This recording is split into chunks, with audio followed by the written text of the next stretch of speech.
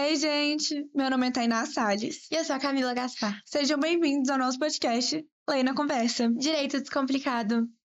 Bom, gente, hoje a gente vai entrar no nosso episódio sobre direito civil, mais especificamente sobre fatos, atos e negócios. E hoje a gente vai entrar no conceito de negócio jurídico, vai estudar suas classificações e os seus requisitos. Bom, gente, de uma forma bem resumida, a gente pode definir o negócio jurídico como uma declaração de vontade no sentido de produzir um determinado e visado efeito jurídico. Mas a gente não pode resumir um conceito tão complexo a uma simples frase. Então, a gente faz o estudo do negócio jurídico através do estudo da escada pontiana, né? Então, a gente vai dividir o negócio jurídico em degraus até que a gente atinja o negócio jurídico perfeito. Mas, Tainá, me explica como que funciona essas classificações para chegar no negócio jurídico perfeito? Então, a gente tem três principais divisões, que é sobre os elementos da existência, os elementos da validade e os elementos da eficácia do negócio jurídico. Então, a gente tem essas três subdivisões que têm subdivisões entre elas, então por isso que é uma coisa mais elaborada e classificada como esses degraus, né, que você comentou. Então, a gente vai começar com os elementos essenciais. A gente inicia falando da declaração da vontade, que ela tem que ser exteriorizada. Então, você tem que declarar, né, que quer o negócio jurídico e tem três formas dessa declaração de vontade acontecer, né? Ser visada. Então, tem de forma expressa, que você expressamente fala que é um negócio jurídico, ou então escreve, deixa bem nítido.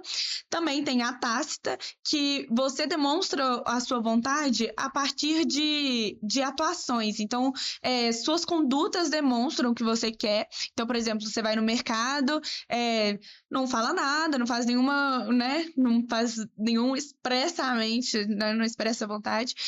E aí você coloca as mercadorias no balcão e paga. O ato de você pagar, você está concordando com o negócio jurídico, entendeu? É sua vontade de comprar. E, por fim, tem a presumida, que seria o quê?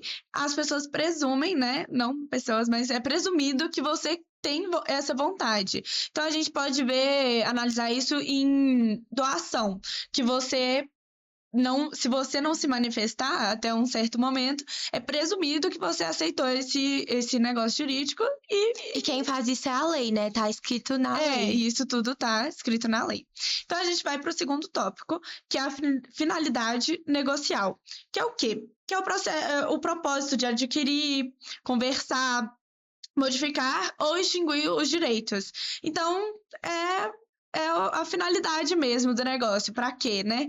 E, por fim, a gente tem a idoneidade do objeto, que é o quê? Dentro da lei vai estar escrito termos que são necessariamente, o objeto tem que ser de uma forma específica. Então, a gente tem um exemplo do contrato de empréstimo, né? Que são coisas que podem ser coisas fungíveis, e tem do comodato, que tem que ser especificamente coisas infungíveis, ou seja, coisas que não são substituíveis. Um quadro, o quadro da Mona Lisa e tal, é o empréstimo disso. Então, a lei prescreve especificamente como que tem que ser o objeto. Então, ele fala sobre a idoneidade do objeto. E aí, o próximo tópico que a gente vai é para a validade, né, Camis? Exatamente, gente. Agora que a gente viu que que o negócio jurídico, ele existe, a gente passa para a análise da sua validade. Então, aqui a gente vai ver se ele é válido para o mundo jurídico. E para a gente falar desses elementos naturais, né, os elementos que constituem a validade do negócio jurídico são chamados de elementos naturais, a gente vai para o artigo 104 do Código Civil, que fala exatamente que a validade do negócio jurídico requer um agente capaz, um objeto lícito, possível, determinado ou determinável, e forma prescrita ou não defesa em lei. Então, vamos destrinchar todos esses conceitos. Agente capaz é todo aquele que tem capacidade plena para exercer direitos, deveres, assim, para conseguir praticar atos na vida civil. O objeto qualificado ele deve ser lícito, então não pode ser um objeto que a lei expressamente prevê como ilícito. O objeto ele tem que ser possível tanto na nossa realidade fática, então a gente tem que analisar a possibilidade da sua existência no nosso mundo, no mundo das coisas, e ele também tem que ser possível no mundo jurídico. Então, a lei ela vai estipular as exceções de quando o objeto ele não é possível no mundo jurídico. E um exemplo disso está no artigo 426, que é chamado de Pacta Corvina, que fala ali que a herança de pessoa viva é impossível. Então, é um exemplo de objeto impossível que tornaria o contrato inválido. E o último tópico assim dessas classificações é que o objeto ele tem que ser determinado ou determinável. Então, por exemplo, quando você está ali firmando um contrato de compra e venda de um imóvel, por exemplo, o imóvel tem que ser determinado. Então, o número, o endereço certinho, o registro, matrícula, todas essas coisas têm que estar ali dentro do contrato, dentro do negócio jurídico. E a terceiro requisito para a gente analisar a validade do negócio jurídico é a forma prescrita ou não defesa em lei. De acordo com o artigo 107 do Código Civil, por via de regra, a forma no direito ela é livre. Então, os contratos, os negócios jurídicos, eles podem ser tanto escritos quanto verbais. As partes têm ali a liberdade, na maioria das vezes, para definir essa questão. Mas, em algumas exceções, a lei vai estipular uma forma em que o negócio jurídico deve ser necessariamente exercido. Um exemplo disso é a escritura pública, que é a forma que deve ser usada na compra e venda, né, na aquisição de imóveis com um valor maior de 30 salários mínimos. Então, a maioria, né? Porque qual imóvel hoje é menos que 30 salários mínimos? E passando por todas essas análises dos elementos naturais, a gente passa para a análise da eficácia, né? Para o plano da eficácia.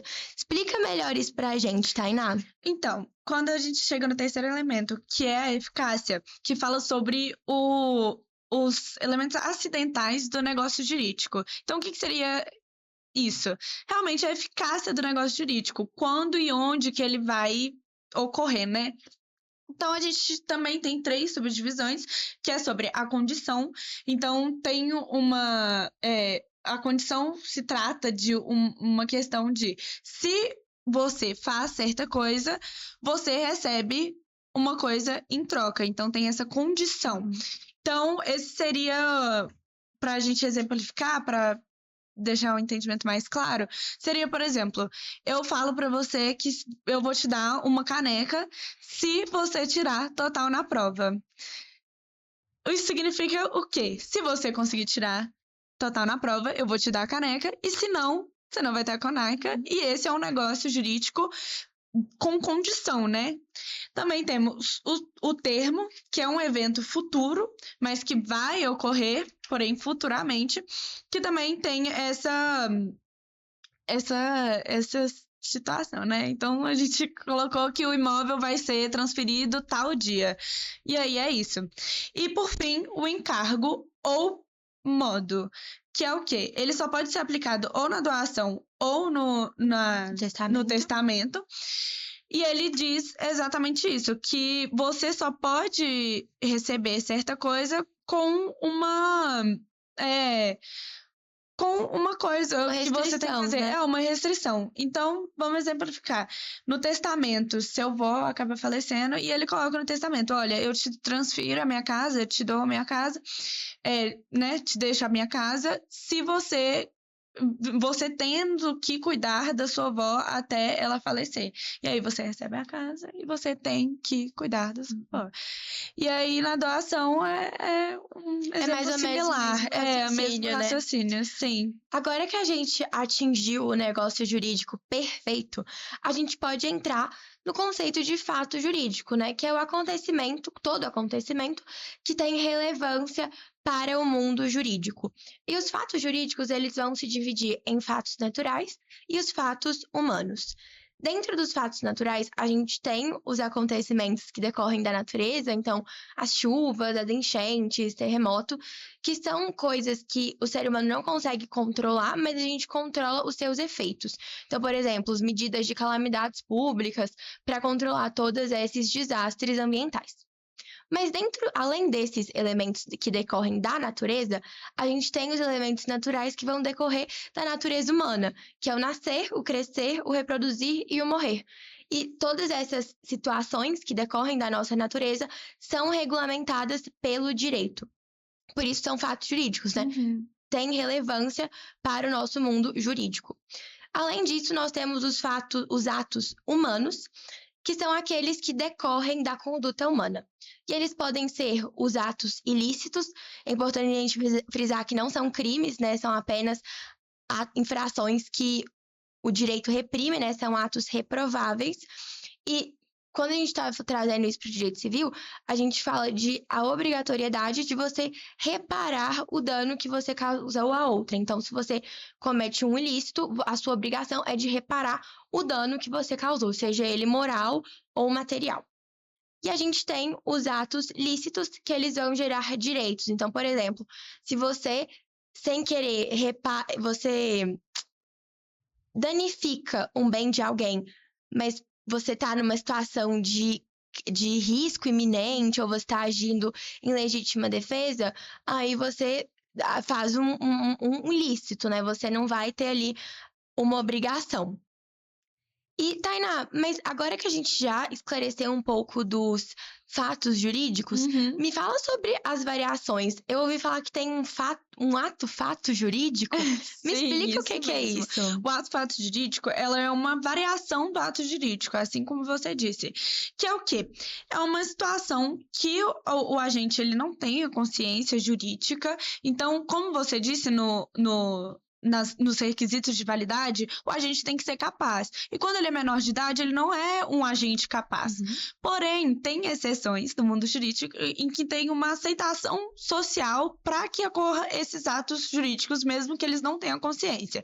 Então, por exemplo, no dia a dia mesmo, uma criança acaba comprando um pão de mel na cantina, alguma coisa assim, são negócios jurídicos e que são aceitos socialmente e eles levam esse nome de ato-fato jurídico. É um contrato de compra e venda, né? Verbal. Sim, e é isso. Ele não tem essa consciência que é um ato jurídico, mas acaba que é, né? E aí a gente tem uma questão que é discutida dentro desse ato-fato jurídico, que os agentes que são incapazes, né, eles não podem negociar, então, tipo, não tem como você requerer algo do agente incapaz.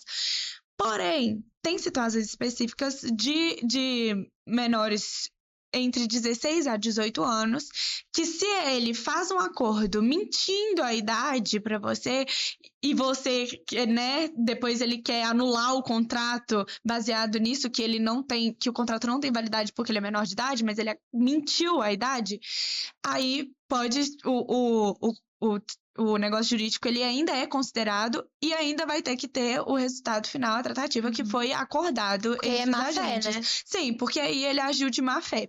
Mas aí temos essa exceção.